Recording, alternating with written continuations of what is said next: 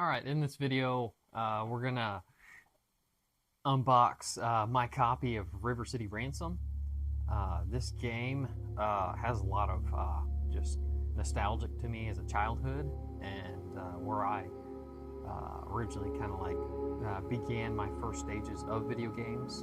But before we get into that kind of stuff, I'm just gonna kind of go over the box. Of course, it's definitely not original at all, as you can see on here. This is a plastic casing for a NES game cartridge, and this is a printed out case. Of course, they didn't have.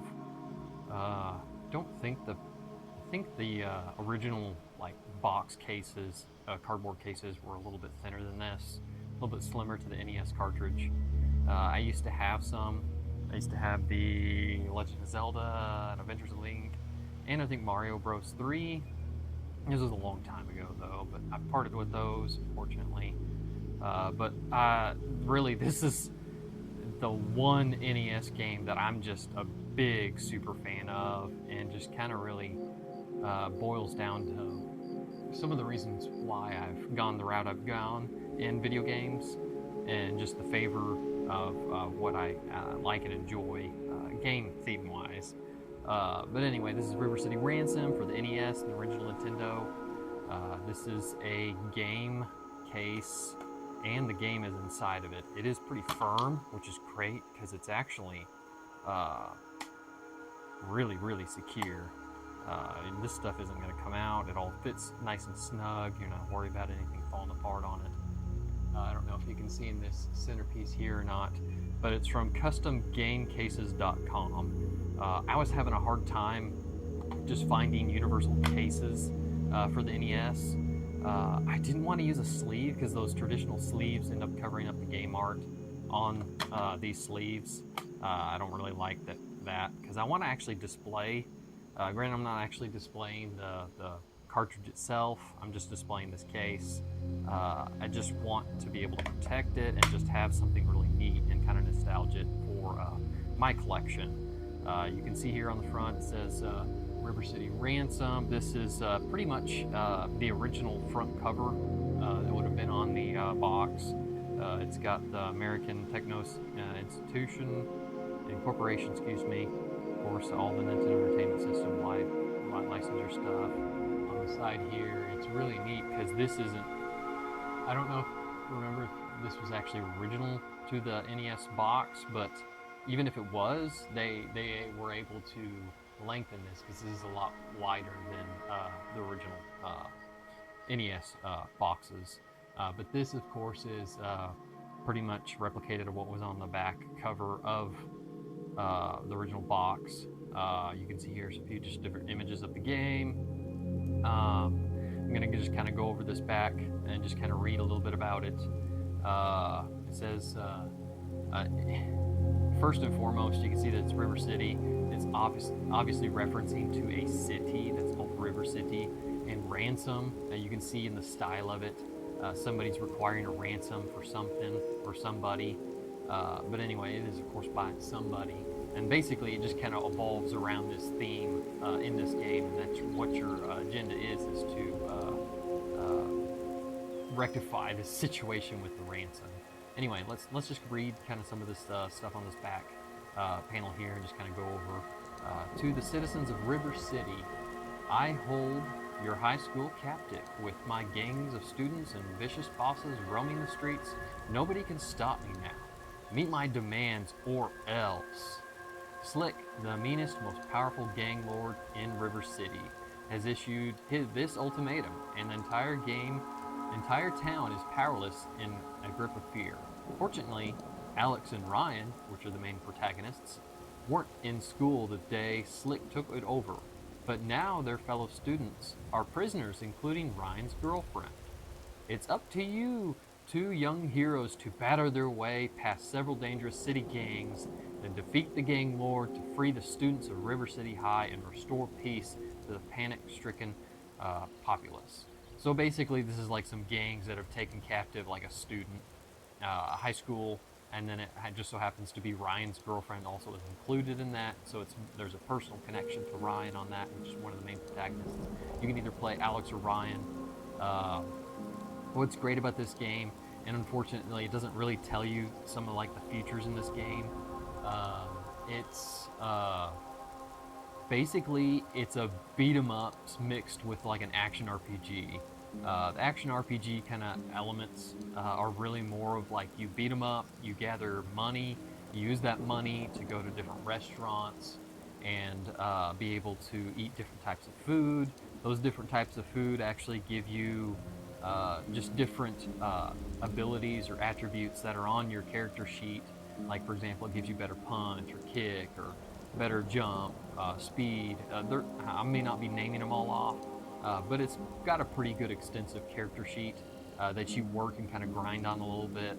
I do remember it can get a little grindy to an extent, but once you get to a certain threshold of like the main stats you kind of need, you can kind of push through the game fairly quickly and just kind of enjoy yourself with it.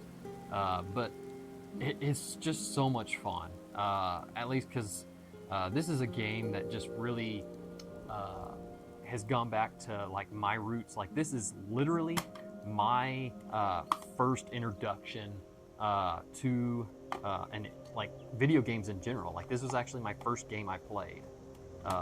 Was this game right here, River City Ransom, for the original Nintendo system. You can see here's my actual case, or excuse me, cartridge. It's in pretty good shape. I could clean it up a little bit. There's some dinginess on the sides, but the cover art's great on it.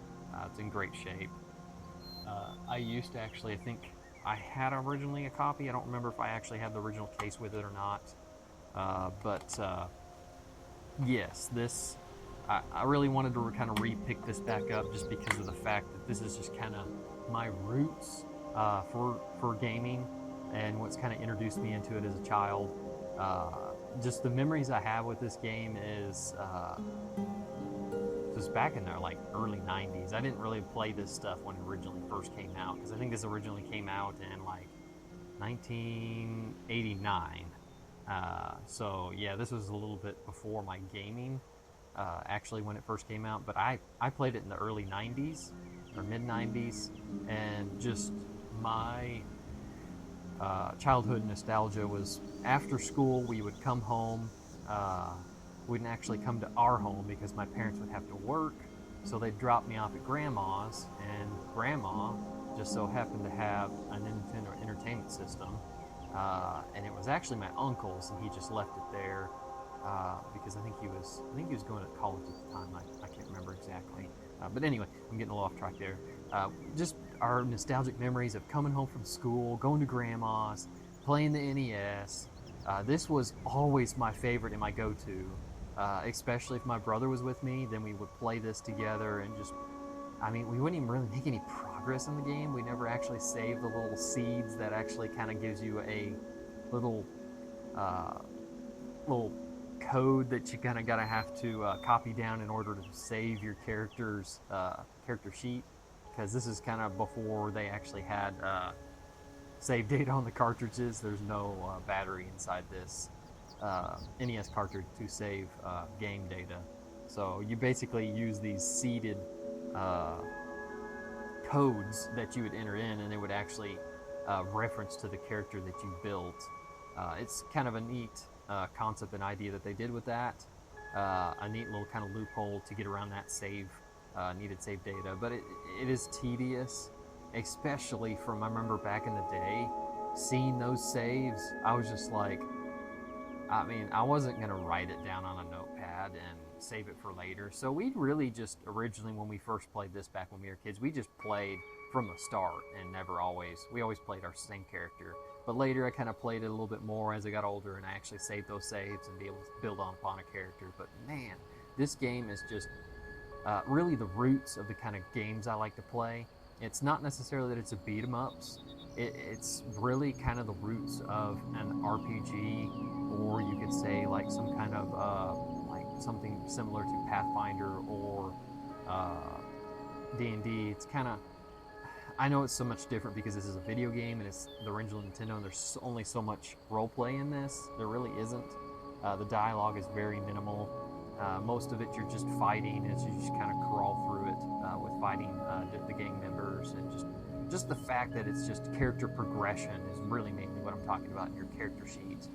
I just love that kind of a system, and just coming from my childhood and actually having the roots of this, and seeing games like I play, like Oblivion or any of the Elder Scrolls, it's very similar concept to this, but this is just such a smaller scope game, uh, and just a very different theme, of course. But to an extent, it is like you're grinding out different kinds of dungeons, different areas. But really, you're just going around town trying to make your progress to get to the River City High School and free the students, and of course Ryan's girlfriend. Make sure I get that right. But yeah, this is such a meaningful game to me, and I just had to pick up a copy and be able to get a nice little collection so that I can be able to have this on display and for my collector value. Uh, just yeah, this is really a meaningful game to me. It's really kind of defined my video game genres, and